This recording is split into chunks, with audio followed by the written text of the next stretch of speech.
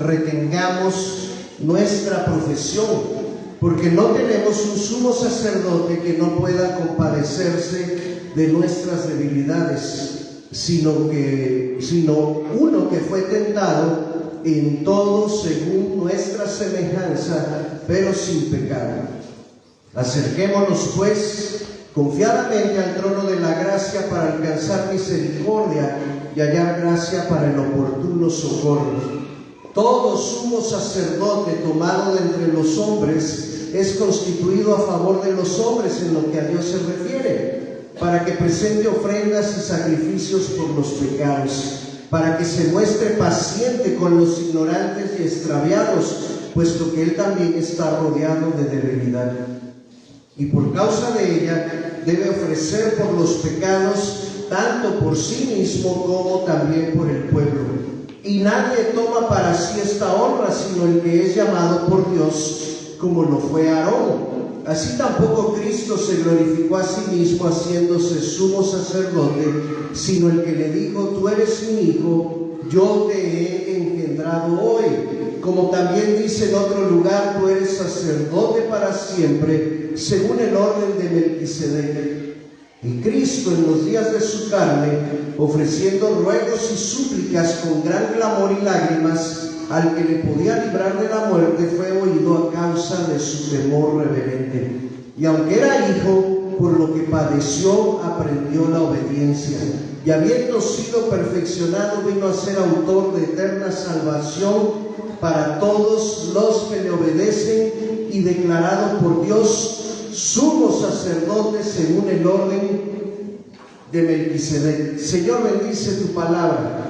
Sabemos que ella tiene siempre un propósito por el cual es enviada a nosotros. No solo quieres que la escuchemos, sino que la podamos meditar, reflexionar y, Padre, sacarle las verdades que tú quieres apliquemos en nuestro diario vivir. Por favor, Señor, como siempre, haznos hacedores de tu palabra, en Cristo Jesús. Amén. Ya recordé qué es lo que iba a decir en los anuncios previos, y antes de entrar de lleno al pasaje no puedo brincarlo. Tengo que agradecer las personas que nos estuvieron ayudando para la actividad de ayer del cuerpo de liderazgo, los que vinieron antes para acomodar la ropa, las mesas, hasta Pedro, que vino a hacer el aseo anticipadamente para tener listo el lugar. Y obvio, el día de ayer era una marabunta de gente, ¿verdad?, que sirviéndose y también escogiendo ropa. Entonces había personas en las mesas, personas que estaban también sirviendo los platillos. Gracias a todos por hacer posible este evento. Esperemos en Dios que se pueda repetir, si no en la iglesia, que nosotros podamos participar la próxima ocasión donde se haga. Gracias a Dios por ello. Y también me decía Linda ayer: pastor, me toca a mí dirigir, no se vayan a reír. Y nadie se rió, Linda, ¿verdad? Todos estuvieron muy atentos. Yo sé que para Linda esto es un desafío, el estar aquí al frente. No es algo quizás que le apasione estar dando la cara, pero es algo que hacemos y procuramos impulsar a toda la congregación a que tome un puesto aquí para que experimente la bendición de servir. Así que vamos a darle un aplauso a Linda, que lo hizo muy bien. Y también otro aplauso muy fuerte: los que llegan temprano pueden observar que desde las 10 de la mañana una familia anda rondando este lugar, allá en el porche, a veces aquí en algunas de las filas de los asientos, o vienen aquí al frente, al púlpito. ¿Para qué? Para orar. A esto es a lo que nosotros llamamos el ministerio de guardianes del culto. Un guardián es alguien que protege, que cuida. Y eso es lo que hacen los guardianes. Una familia designada viene y ora para pedirle a Dios que traiga personas, que venga gente nueva, que el Señor use a la persona que va a dirigir, a los que van a cantar, al que va a predicar. Y esta ocasión, creo que por primera vez, ¿sí es la primera vez, Juanito? Juanita Potenciano nos ayudó. Yo le pedí que si podía hacerlo y Juanita me dijo: ahí voy a estar, pastor. No sé qué tengo que hacer, pero ahí voy a estar. Y aquí estuvo y sí supo qué hacer, así que también un aplauso fuerte para Juanita.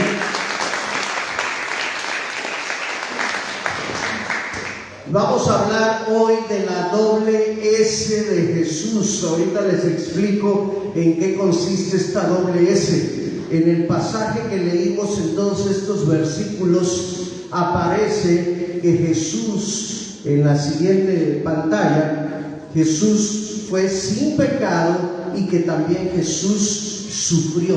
Ahorita nos enfocamos en eso. La doble S también tiene que ver con el título que se le da a Jesús en este pasaje. ¿Cuál es el título? Sumo sacerdote. Ese título no fue algo nuevo con Jesús, era un título que ya Dios había establecido desde los tiempos de Moisés, cuando le dijo: te voy a dar la ley y quiero que tomes a tu hermano Aarón y lo constituyas como sumo sacerdote.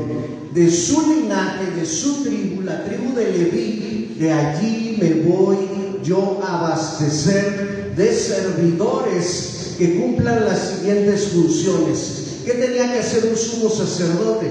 Esto: número 1, representar a las personas en su trato con Dios. Las personas comunes y corrientes no se dirigían directamente a Dios en los tiempos de Moisés y en los tiempos de Aarón. Ellos presentaban sus ofrendas delante del sacerdote, del sumo sacerdote, y éste a su vez las presentaba ante Dios. Quiere decir que un sumo sacerdote fungía como un mediador entre Dios y el resto del pueblo. ¿Vamos bien? ¿Qué más hacían los sacerdotes?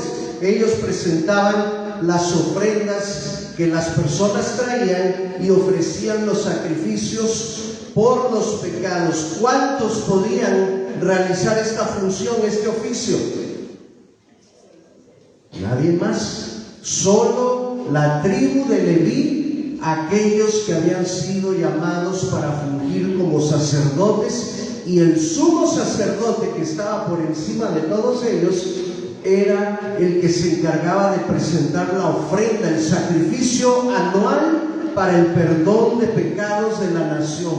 Solo él podía entrar hasta el lugar santísimo y ofrecer aquella ofrenda. Esto era algo muy especial dentro de las funciones del sumo sacerdote. ¿Qué más? Se identificaba con las personas. Los sumos sacerdotes tenían esa función. También ofrecían sacrificios, dice, por sus propios pecados. Antes de que Aarón entrara al lugar santísimo a ofrecer el sacrificio anual, primero ofrecía un sacrificio por él mismo, porque si no lo hacía, corría el riesgo de ser consumido por la gloria y la santidad de Dios en el lugar santísimo. Esto es algo serio, no era cosa ligera. Había que tener mucho cuidado en seguir las instrucciones que Dios había dejado de cómo acercarse a Él.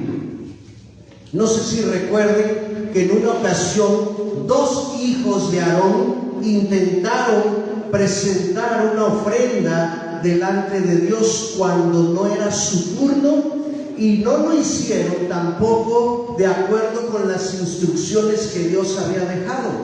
La Biblia califica ese hecho como que ellos presentaron una ofrenda de fuego extraño, incienso extraño. ¿Qué sucedió con Nadab y Eliú, que eran los hijos de Aarón que hicieron esa ofrenda? ¿Se acuerdan? Fueron destruidos, fueron calcinados, un fuego los consumió. Por eso, dentro de las vestiduras del sacerdote, alcanzan a ver ahí la pantalla, el dibujo, no sé si pueden distinguir en la parte de abajo donde termina lo que es el efod, lo que es la túnica color azul. hay allí colgando unas campanitas. ¿Sí ven las campanitas?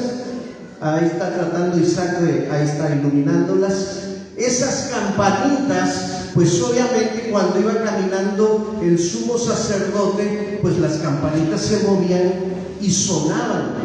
Se las ponían a propósito en su vestimenta para que cuando entrara al lugar santísimo, como estaba tapado por las cortinas, se pudiera escuchar el sonido de las campanitas diciendo que el sumo sacerdote todavía estaba vivo, que no había sido consumido por la presencia santa de Dios. Si de repente dejaban de sonar las campanitas, entonces había preocupación en el lugar santo, donde estaba el resto de los sacerdotes, y quizás se preguntaban qué habrá pasado. Ahí está Aarón todavía, a sonar las campanitas. Y si no, pues había un método para recoger el cuerpo del sacerdote que había sido consumido cuando dejaban de sonarse aquellas campanitas. Todo en la vestimenta del sumo sacerdote tenía un significado. A ver, ayúdame, Isaac. Arriba tenemos la mitra, que es el sombrero, que tenía allí una lámina como especie de diadema de oro. La diadema tenía grabado una sentencia, una frase. La frase decía: santidad a Jehová, para recordarle al sumo sacerdote su necesidad de presentarse delante de Dios en santidad. Su vestimenta está compuesta por el pectoral, donde están las 12 piedras representando a las 12 tribus de Israel, como una manera de representar que el sumo sacerdote lleva en su corazón la intercesión y la mediación por todo el pueblo de Dios. También en los hombros se alcanza a ver allí unas sombreras con unas cadenas sujetas al mismo pectoral. En cada hombro también había 6 piedrecitas con los nombres de las tribus de Israel. ¿Por qué? Porque el sumo sacerdote carga sobre sus hombros al pueblo de Dios y lo lleva también en su corazón en oración. El resto pues son las túnicas, los flequillos, las campanitas. Esto es importante porque todo en el sumo sacerdote hacía alusión a la necesidad que tenemos de que Dios nos acepte. Dice también que tenía que ser llamado por Dios para realizar este oficio. Quizás muchas personas podían decir: yo quiero servir a Dios como sumo sacerdote, pero si no pertenecías a la tribu de Leví, automáticamente quedabas descartado. Dios designó, Él fue el que escogió a esa tribu en específico para hacer este oficio. Nadie más podía hacerlo. En la Biblia ustedes van a encontrar algunos personajes que, siendo reyes, intentaron usurpar las funciones de los sacerdotes. Un ejemplo fue el rey Saúl, otro ejemplo el rey Usías. Ambos ofrecieron sacrificios por su propia cuenta. Y aunque eran los reyes de Israel, esa función no le pertenecía a ellos. Para eso estaba Samuel y para eso estaba el profeta, el sacerdote en turno en los tiempos de Usías. Ambos sufrieron las consecuencias de su desobediencia. Saúl perdió el reino y Usías terminó leproso por causa de su rebelión. Así que, hermanos, esto de ser un sumo sacerdote era algo muy especial dentro de las funciones que Dios estableció desde el Antiguo Testamento. Ahora, leímos que Jesús es llamado nuestro sumo sacerdote. ¿Por qué? Porque todas estas funciones Jesús las realizó en vida mientras tuvo su ministerio aquí en la tierra. ¿Se identificó Jesús con las personas? Sí. ¿Jesús ofreció sacrificio por causa del pecado? Sí, solo que no el de él. Porque la Biblia dice claramente que Jesús fue tentado en todo, pero sin pecado. Sin embargo, la Biblia dice en Corintios que al que no conoció pecado, lo hizo pecado por amor a nosotros. Jesús cumplió con todas estas funciones y de ahí se desprende la doble S. Vamos a ver la siguiente. La primera S representa o simboliza la santidad del Señor Jesús. Ahí está el pasaje que les mencionaba de 2 Corintios 5:21. El que no conoció pecado, por nosotros lo hizo pecado. Dice en el pasaje que leímos de Hebreos, en el capítulo 4, Jesús, verso 15, fue uno tentado en todo según nuestra semejanza, pero sin pecado. ¿Estamos de acuerdo en que Jesús vivió una vida de santidad en el sentido práctico de conducta? No en el sentido de santidad posicional donde Jesús fue apartado para el servicio de Dios, sino en el sentido de una santidad de conducta. Jesús no cometió, mientras vivió aquí en la tierra, pecado. Eso es algo que lo distingue por encima de cualquiera de nosotros. Todos nosotros, dice la Biblia, hemos pecado. Nos hemos extraviado, pero Jesús nunca se extravió. Jesús nunca cometió pecado, aunque sí fue tentado.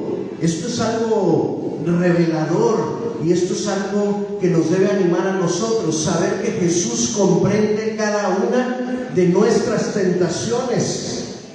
Pero más nos debe animar el saber que Jesús no cayó en ninguna de ellas. Y si Jesús dice que Él ahora vive en mí, entonces yo también tengo el poder y la capacidad para librarme de esas tentaciones y salir victorioso, libre, sin mancha, sin pecado. También la segunda S simboliza el sufrimiento de Jesús. No sé si alcanzaste a captar mientras leía el versículo número 8 del capítulo 5. Y aunque Jesús era hijo, por lo que padeció, aprendió la obediencia. Jesús aprendió a experimentar la lucha de lo que es obedecer a través del sufrimiento, hermanos. ¿Cómo es que nosotros queremos saltarnos esta etapa en nuestras vidas y cómo es que queremos ser perfeccionados en obediencia si no queremos sufrir? A nadie le gusta esa parte.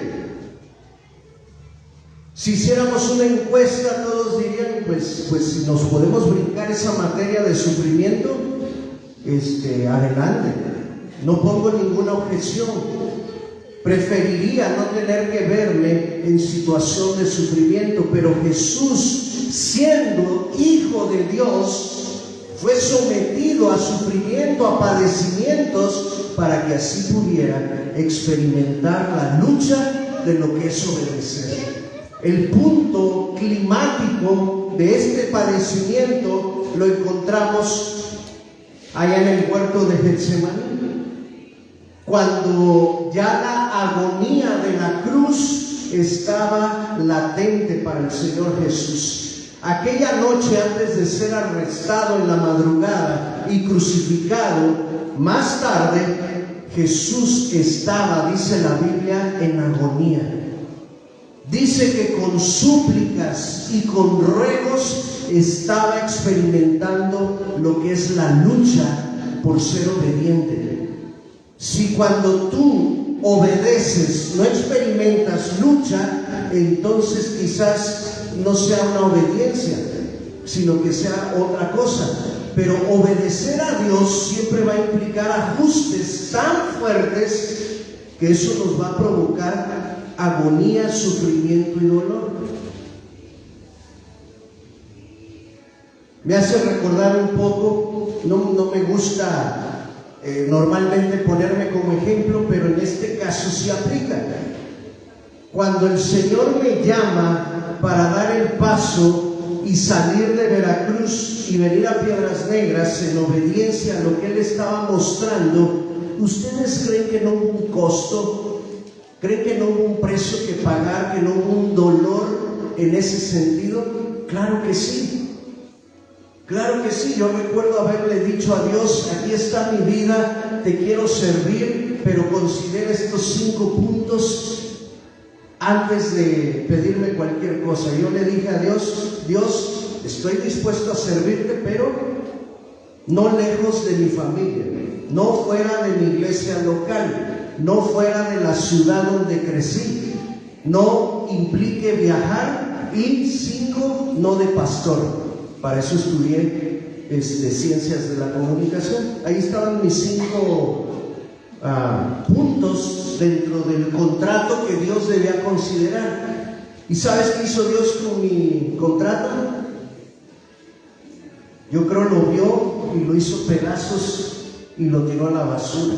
¿Por qué? Porque yo estoy sirviéndole al Señor lejos de mi familia. En la familia me refiero a mis padres, mis hermanas, la familia en la que yo crecí. Ahora ya tengo mi familia acá, pero en ese momento no. Implicaba hacer un viaje solo, implicaba viajar mucho. De Veracruz a Piedras Negras son más de 1000 kilómetros. O sea que Dios tiene sentido del humor. Yo le dije no viajar mucho y me manda, creo, a uno de los puntos más lejanos de donde yo vivía. Me saca de la iglesia local donde yo servía y me manda a otra. Me saca de la ciudad donde yo crecí. Y cuando llego acá, me dicen: ¿sabes qué, Armando? En realidad yo no quiero tanto que tú me ayudes con tu carrera, aunque sí va a ser algo importante. En realidad lo que yo necesito es un pastor. ¿Cómo ves? Pues bueno, ya Dios había destruido las otras 4, pues ya la quinta que importaba. Y aquí estamos. Sufrir es parte de la obediencia, del proceso de obedecer. Va a doler, sí. Te va a costar, sí. Si a Jesús le pasó, ¿por qué crees que a ti y a mí no? Jesús está en Getsemaní y dice que su sudor era como gotas de sangre, porque su agonía era demasiada. Él sabía lo que implicaba ir a la cruz. No solo era el dolor físico al que iba a ser sometido, sino sobre todo al dolor espiritual de cargar el pecado de toda la humanidad, de todos los tiempos. Y lo más doloroso que Jesús sabía que iba a pasar era la separación de su Padre mientras Él estuviera cargando por nuestros pecados. Aquel que dice que era uno solo, en ese momento hubo separación. Por eso Jesús exclama en la cruz: Señor, ¿por qué me has abandonado? ¿Por qué me has desamparado? Porque el Dios Padre dio la espalda a Jesús mientras cargaba con nuestros pecados. Esto es importante recalcarlo, porque la obediencia se logró gracias a la segunda S, la del sufrimiento. La primera, ¿cuál es? Santidad. La segunda es sufrimiento. Las 2 S forman sumo sacerdote. Y esto tiene implicaciones para nosotros, pero mira, aquí hay una palabrita que puse ahí yo para referencia. Iketeria es la palabra griega para súplica, que ustedes leen en el verso 7, que Jesús con ruegos, con clamor, con lágrimas, con súplicas, le pedía al Padre que si había otra manera de llevar a cabo la redención, pues que estaba dispuesto a escuchar otro plan, ¿verdad? Pero el Padre dice: no, El plan sigue siendo el mismo y la cruz no la podemos sacar de la ecuación. Y entonces Jesús dice: no se haga mi voluntad, sino la tuya. Y keteria es la palabra griega para súplica, y me llamó la atención que esta palabra en griego, cuando tú la traduces, significa rama de olivo envuelta en lana. ¿Qué tiene que ver eso con súplica? Nada, ¿verdad?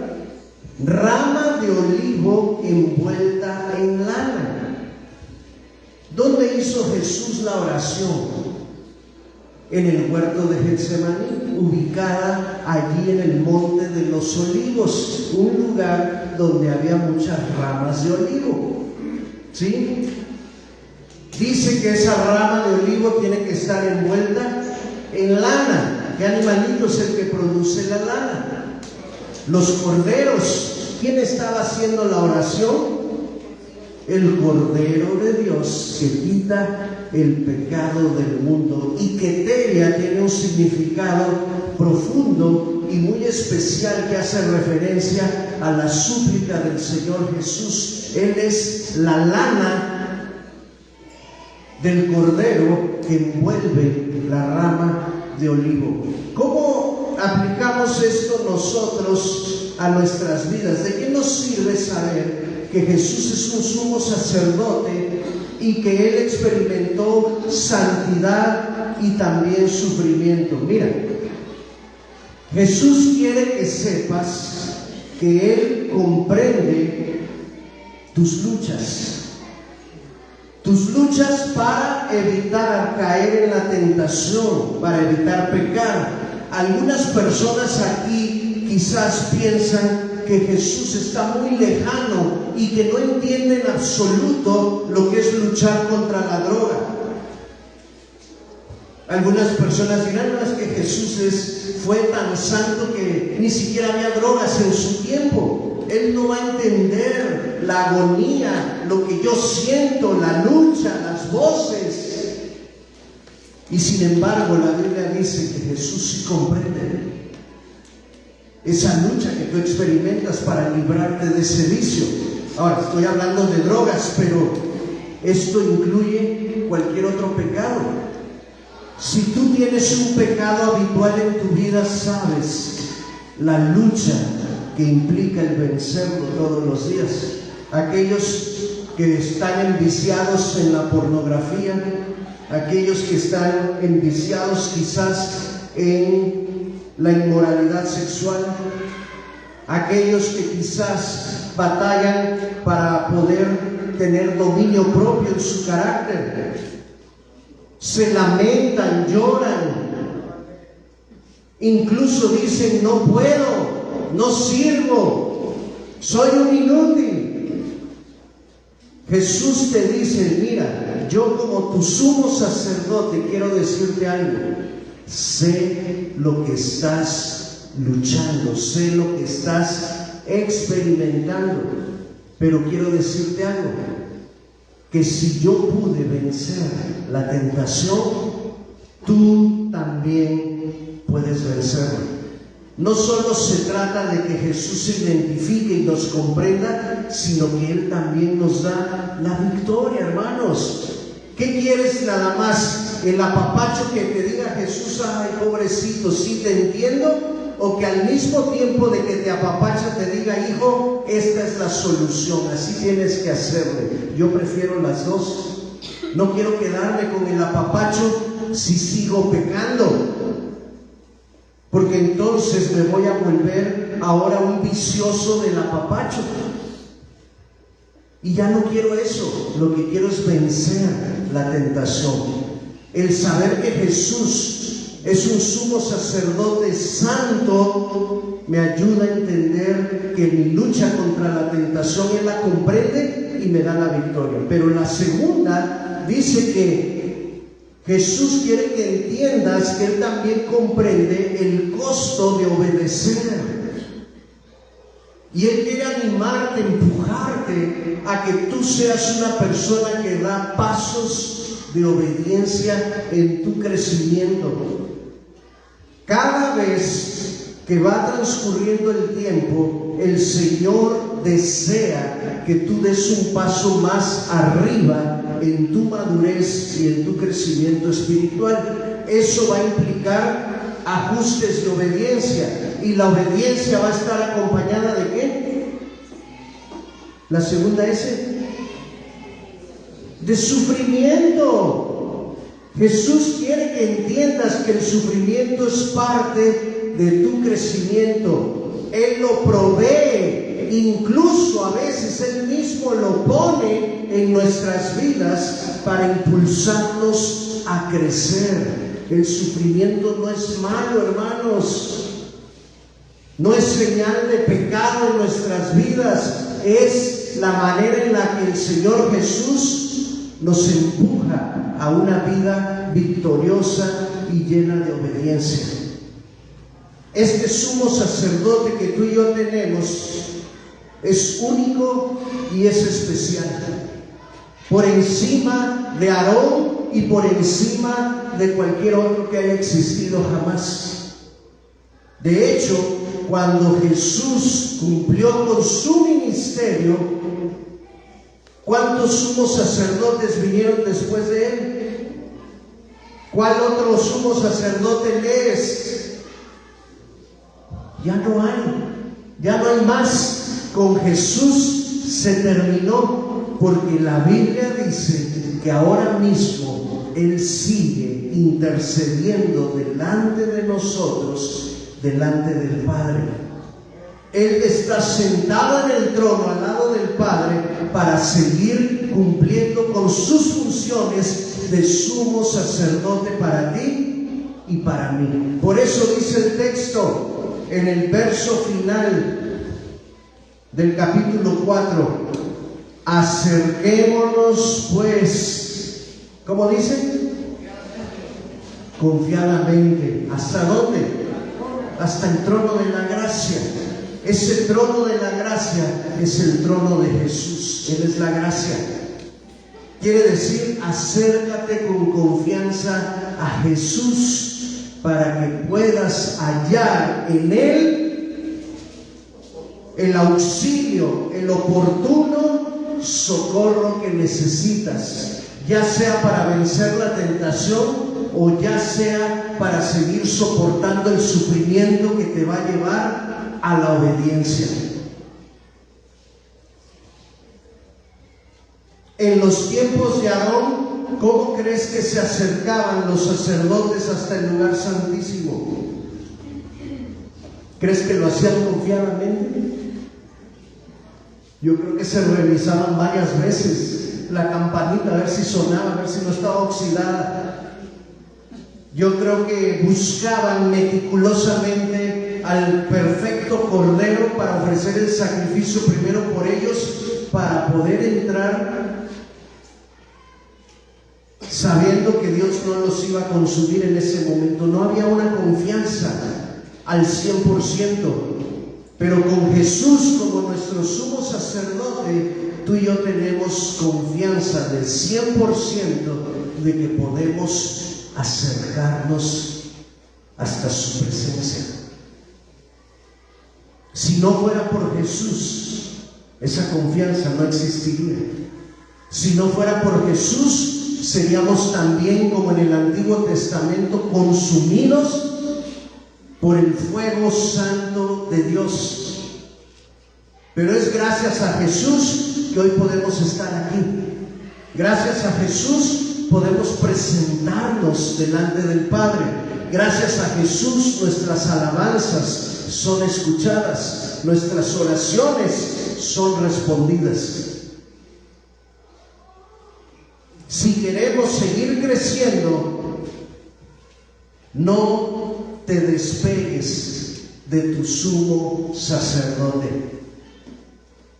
Confía en Él, acércate todos los días a Él y encuentra en Él la gracia, el auxilio y el oportuno socorro para vencer la tentación y soportar el sufrimiento hasta que obedezcas. Amén. Esa es la aplicación, eso es lo que Dios quiere. ¿Para qué? Dice, Jesús no solo te comprende, sino que te muestra con su ejemplo que sí es posible hacer estas cosas y te recibe en su presencia para darte fuerzas. Este es el objetivo. ¿Qué dice al final? Para que triunfes al igual que Él triunfó. Para que triunfes al igual que Él triunfó. Cierra tus ojos, hermano. Y como dice la Escritura, aplícalo en esta misma hora. Acércate confiadamente. Habla con Jesús. Dile cuáles son tus tentaciones. Dile cuáles son tus mayores problemas. Dile cuáles son tus cargas. Acércate con confianza. Pídele el auxilio que necesitas. Si lo que requieres es fortaleza, ánimo, consuelo, pídele a tu sumo sacerdote que Él te lo dé en esta mañana.